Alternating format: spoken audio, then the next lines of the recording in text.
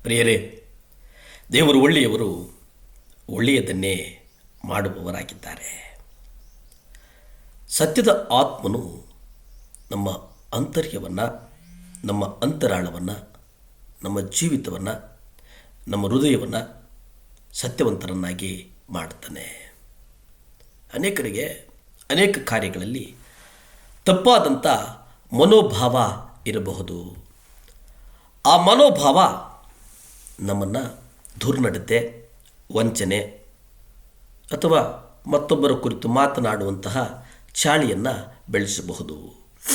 ಆದರೆ ವಾಕ್ಯ, ನೀನು ಸತ್ಯವನ್ನು ಪ್ರೀತಿಸುವುದಾದರೆ, ನೀನು ಸತ್ಯವನ್ನು ಪ್ರೀತಿಸುವುದಾದರೆ ನೀನು ಕರ್ತನ ಮಗನಾಗಿರ್ತೀಯ, ಕರ್ತನೊಟ್ಟಿಗೆ ಅನ್ಯೋನ್ಯತೆ ಇರ್ತೀಯ, ಅಂತರ್ಯದಲ್ಲಿ ಜೀವಿಸ್ತೀಯ. ನಿನ್ನ ಅಂತರಾತ್ಮವನ್ನು, ನಿನ್ನನ್ನು ನೀನು ಪರೀಕ್ಷೆ ಮಾಡಿಕೋ. 2 ಥೆಸಲೋನಿಕ 2ನೇ ಅಧ್ಯಾಯ 2ನೇ ಅಧ್ಯಾಯದಲ್ಲಿ 10 ನೀವು ನೋಡಿ. ದುರ್ನೀತಿಯು ಎಲ್ಲ ವಂಚನೆಯಿಂದಲೂ ಕೂಡಿ ನಾಶವಾಗುವವರಲ್ಲಿ ಸಂಭವಿಸುವುದು. ಅವರು ಪ್ರೀತಿಯ ಸತ್ಯವನ್ನು ಅಂಗೀಕರಿಸಿದ ಕಾರಣ ರಕ್ಷಣೆಯನ್ನು ಹೊಂದುವುದಿಲ್ಲ. ಯಾರು ದುರ್ನೀತಿಯನ್ನು ಅಭ್ಯಾಸ ಮಾಡಿಕೊಳ್ತಾರೋ, ಯಾರು ವಂಚನೆಯನ್ನು ಅಭ್ಯಾಸ ಮಾಡಿಕೊಳ್ತಾರೋ ಅವರು ಪ್ರೀತಿಯನ್ನು ಕಳೆದುಕೊಳ್ತಾರೆ. ಸತ್ಯವನ್ನು ಅಂಗೀಕರಿಸುವುದಿಲ್ಲ. ಪ್ರೀತಿಯನ್ನು ಯಾವಾಗ ನಿರಾಕರಿಸ್ತಾರೋ, ಸತ್ಯವನ್ನು ಯಾವಾಗ ಅಂಗೀಕರಿಸುವುದಿಲ್ಲವೋ ಆಗ ಅವರು ರಕ್ಷಣೆಯನ್ನು ಹೊಂದುವುದಿಲ್ಲ.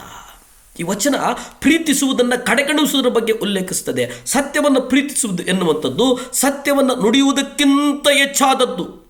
ನಾನು ಸತ್ಯವನ್ನು ಮಾತನಾಡಬಹುದು, ಆದರೆ ಅದಕ್ಕಿಂತ ಉನ್ನತ ಮಟ್ಟವೇನೆಂದರೆ ಸತ್ಯವನ್ನು ಪ್ರೀತಿಸುವುದು. ನನಗೆ ಸತ್ಯವನ್ನು ಮಾತಾಡಬೇಕೆಂಬ ಅತೀವ ಬಯಕೆ ಇದೆ, ಆದರೆ ನಾನು ಅದನ್ನು ಪ್ರೀತಿಸ್ತೇನೆ. ಸತ್ಯವನ್ನು ನಾನು ಪ್ರೀತಿಸುವಾಗ ನನ್ನ ಹೃದಯದೊಳಗೆ ಯಾವ ಸುಳ್ಳು ಇರಬಾರದು, ಯಾವ ಸುಳ್ಳು ನನ್ನ ಸುಳಿಗೆ ಬರಬಾರದು. ನಾವು ಸತ್ಯವನ್ನು ತೀವ್ರವಾಗಿ ಪ್ರೀತಿಸಿದಾಗ ಸುಳ್ಳನ್ನು ನಾವು ಸಂಪೂರ್ಣವಾಗಿ ತ್ಯಜಿಸಬೇಕಾಗ್ತದೆ.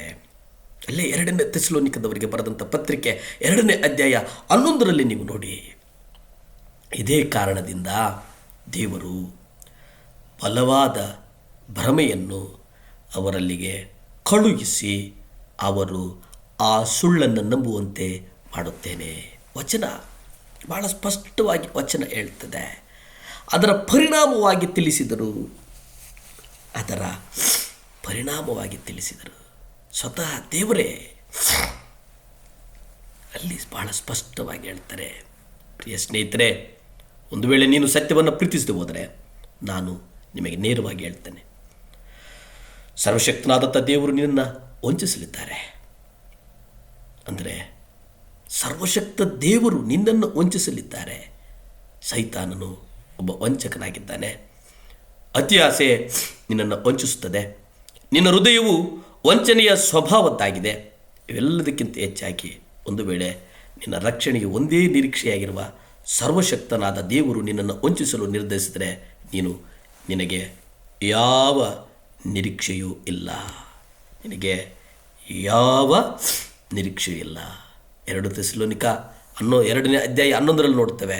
ಇದೇ ಕಾರಣದಿಂದಾಗಿ ದೇವರು ಬಲವಾದ ಭ್ರಮೆಯನ್ನು ಅವರಲ್ಲಿಗೆ ಕಳಿಸಿ ಅವರು ಆ ಸುಳ್ಳವನ್ನು ನಂಬುವಂತೆ ಮಾಡುತ್ತಾನೆ. ನೀನು ಹೊಸದಾಗಿ ಹುಟ್ಟಿದ್ದೆ ಎಂಬುದು ನಂಬುವಂತೆ ಮಾಡ್ತಾರೆ. ನೀನು ಪವಿತ್ರಾತ್ಮನಿಂದ ತುಂಬಿಸಲ್ಪಟ್ಟಿದ್ದಿ ಎಂಬುದಾಗಿ ನಂಬುವಂತೆ ಮಾಡ್ತಾರೆ. ಅದು ಸತ್ಯವನ್ನು ಪ್ರೀತಿಸದಿರುವ ಒಂದೇ ಒಂದು ಕಾರಣಕ್ಕೆ. ಸತ್ಯವೇದದಲ್ಲಿ ತಿಳಿಸಿರುವ ಮೊದಲನೇ ಪಾಪದ ಬಗ್ಗೆ ನಿಮಗೆ ಗೊತ್ತಿದೆ, ಅದು ಸುಳ್ಳು. ಸೈತಾನನು ಅವಳಿಗೆ ನೀನು ಹೇಗೋ ಸಾಯುವುದಿಲ್ಲ ಎಂಬುದಾಗಿ ಹೇಳಿದ್ದನ್ನು ಆದಿಕಾಂಡ 3ನೇ ಅಧ್ಯಾಯ 4ರಲ್ಲಿ ನಾವು ನೋಡ್ತೇವೆ. ಅದು ಸತ್ಯವೇದದಲ್ಲಿ ಬರೆಯಲ್ಪಟ್ಟಿರ್ತಕ್ಕಂಥ ಮೊದಲನೆಯ ಪಾಪ, ಒಂದು ಸುಳ್ಳು. ಪ್ರಾರ್ಥಿಸಿಕೊಳ್ಳೋಣ. ಭೂಮಿ ಆಕಾಶಗಳನ್ನು ಉಂಟು ಮಾಡಿದಂಥ ಸರ್ವಶಕ್ತನಾದಂಥ ದೇವರ ಸ್ತೋತ್ರಪ್ಪ. ನಮ್ಮನ್ನು ನಾವು ಒಪ್ಪಿಸಿಕೊಡ್ತೇವೆ ದೇವರೇ. ಜನರ ಕಾರಣಕ್ಕೆ, ವೈಯಕ್ತಿಕ ಈರ್ಷೆಗಳಿಗೆ ದೇವರೇ ಅಪ್ಪ ಅಚಾನಕ್ಕಾಗಿ ಮಾತನಾಡುವಂತೆ ಪ್ರೇರೇಪಿಸುವ ಎಲ್ಲ ಮಾತುಗಳು ಯೇಸುವಿನ ನಾಮದಲ್ಲಿ ಬಂಧಿಸ್ತೇನೆ. ಎಲ್ಲ ಸುಳ್ಳಿನ ಆವಿಗಳು, ಎಲ್ಲ ಅಂಧಕಾರದ ಆವಿಗಳು ಯೇಸುವೇ ನಿಮ್ಮ ರಕ್ತದಿಂದ ಬಿಟ್ಟು ದೂರ ಹೋಗುವುದಕ್ಕಾಗಿ ಪ್ರಾರ್ಥಿಸ್ತೇನೆ. ನಿಮ್ಮ ರಕ್ತ ಚೆಲ್ಲಲ್ಪಡಿ, ನಿಮ್ಮ ರಕ್ತ ಚೆಲ್ಲಲ್ಪಡಿ. ಯೇಸುವಿನ ನಾಮದಲ್ಲಿ ಬೇಡ್ತೇನೆ ತಂದೆ, ಆಮೆನ್.